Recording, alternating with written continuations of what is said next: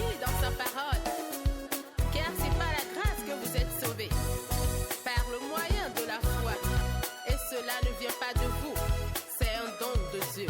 Alléluia. Bonjour chers frères et sœurs, j'espère que vous allez bien. Bienvenue à bord pour ce nouveau voyage dans les pages de la Rhapsodie des réalités. Cette semaine, nous allons parler du gain d'âme, de la provision de Dieu pour le gagneur d'âme, ainsi que de comment vivre une belle vie en utilisant la sagesse de Dieu et par l'usage des bons mots. Lundi 26, il sponsorise le gagneur d'âme. Philippiens le chapitre 2, le verset 25 à 30 dit: Mais j'ai estimé nécessaire de vous envoyer mon frère Épaphrodite, mon compagnon d'œuvre et de combat, par qui vous m'avez fait parvenir de quoi pourvenir à mes besoins. Car c'est pour l'œuvre de Christ qu'il a été près de la mort, ayant exposé sa vie afin de suppléer à votre absence dans le service que vous me rendiez. Alléluia. Nous avons pour mission divine d'apporter l'évangile aux extrémités de la terre. Dans le livre de Luc, le chapitre 22, le verset 35, Jésus demandait à ses disciples: quand je vous ai envoyé sans bourse, sans sac, sans souliers, alléluia, avez-vous manqué de quelque chose? Il répondit: de rien. Cela montre que lorsque Dieu nous envoie pour faire son œuvre, il s'assure que tout ce dont nous avons besoin pour accomplir ce pourquoi il nous a envoyé soit disponible pour nous. Alléluia. Tant que Dieu est avec vous et a fait de vous son tabernacle vivant, alléluia, vous ne manquerez de rien pour accomplir ce pourquoi il vous a envoyé. Cela nous amène à notre étude du mardi, le 27. Le thème de notre étude est dépositaire du message qui marche. Alléluia. Romains 10, 14. Comment donc invoqueront-ils celui en qui ils n'ont pas entendu parler? Et comment entendront-ils parler s'il n'y a personne qui prêche? Nous sommes les porteurs d'un message, alléluia, le seul message qui garantit le salut sur terre aujourd'hui. Alléluia. C'est le seul message qui change les hommes. Alléluia. Et nous devons devenir plus passionnés à propos de l'évangile. Alléluia. L'évangile de Christ rend les pauvres riches. Il rend le pécheur juste. Alléluia. Il donne la santé aux malades. Alléluia. La prospérité à celui qui en manque. Alléluia. Imaginons si on ne prêche pas, tout ce beau monde-là qui souffre aujourd'hui n'aura pas le message. Alléluia. Ils ne sauront pas ce que Jésus a déjà fait pour eux. Gloire à Dieu.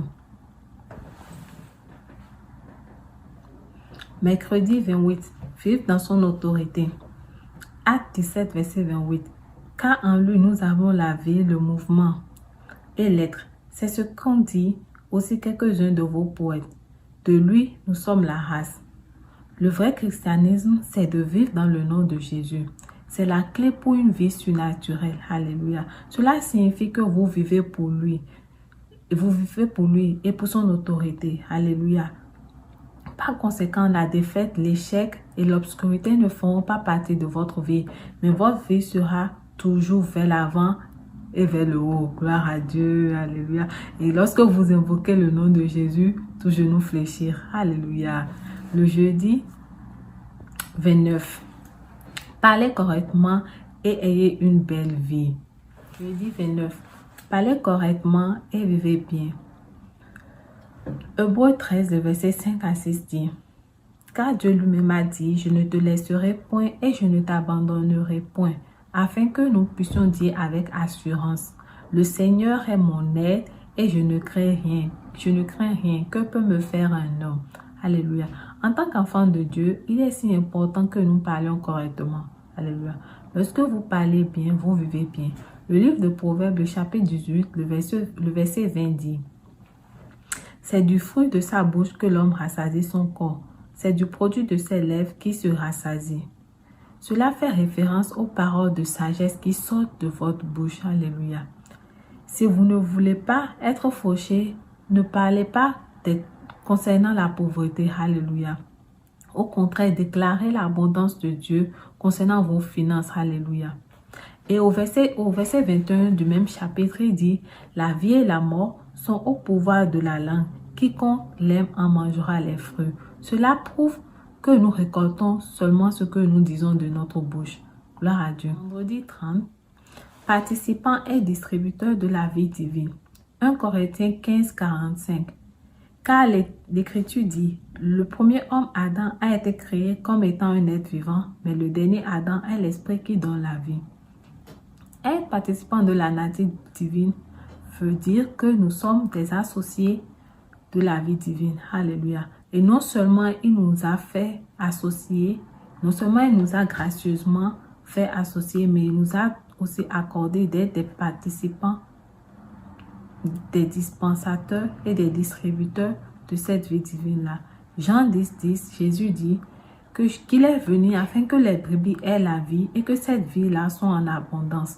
Et maintenant que nous sommes nés de nouveau, alléluia, et que nous sommes avec Jésus, il a fait de nous un esprit qui vivifie, alléluia. Et comme lui, le but de notre vie doit être d'emmener les perdus à la vie de justice, alléluia, à travers l'évangile. Il a dit dans le livre de Jean, le chapitre 20, le verset 21, comme le Père l'a envoyé, il nous a aussi 31. La sagesse pour une vie formidable. Proverbe, le chapitre 16, le verset 16 dit, combien acquérir la sagesse vaut mieux que l'or? Combien acquérir l'intelligence est préférable à l'argent? 1 Corinthiens, le chapitre 1, le verset 30 dit, or, c'est par lui que vous êtes en Jésus-Christ, lequel de par Dieu a été fait pour nous sagesse. Jésus-Christ est la sagesse de Dieu. Alléluia. Et qui est Jésus? Jésus, c'est la parole de Dieu. C'est la parole qui a été faite chair. Donc, en d'autres termes, ignorer la parole de Dieu, c'est ignorer la sagesse de Dieu. Alléluia. Or, la sagesse de Dieu est la clé pour une vie formidable. Peu importe les livres que vous avez lus ou les livres qui vous ont été recommandés pour vivre une belle vie, il est important de marcher dans la sagesse divine. Alléluia. Et le meilleur de tout, c'est que Jésus-Christ, en qui est caché tous les trésors de la sagesse de Dieu, habite en vous aujourd'hui. Marchez par lui et marchez dans la sagesse et vivez une belle vie.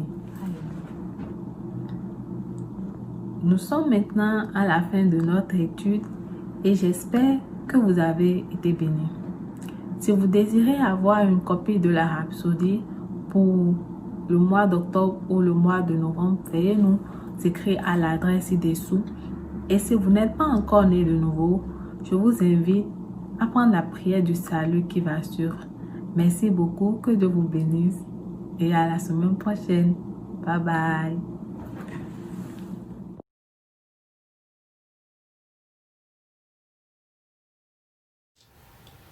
J'espère que vous avez été bénis par ce dévotionnel.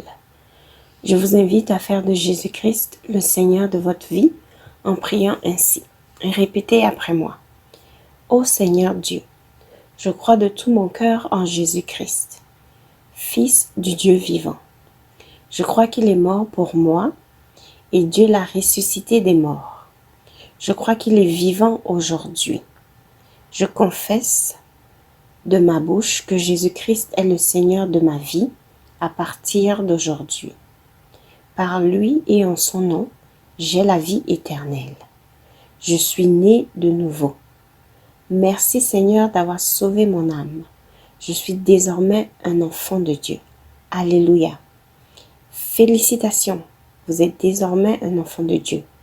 Pour recevoir plus d'informations sur comment vous pouvez grandir en tant que chrétien, veuillez nous contacter à l'adresse sur l'écran. Bonne journée et à la prochaine. Merci.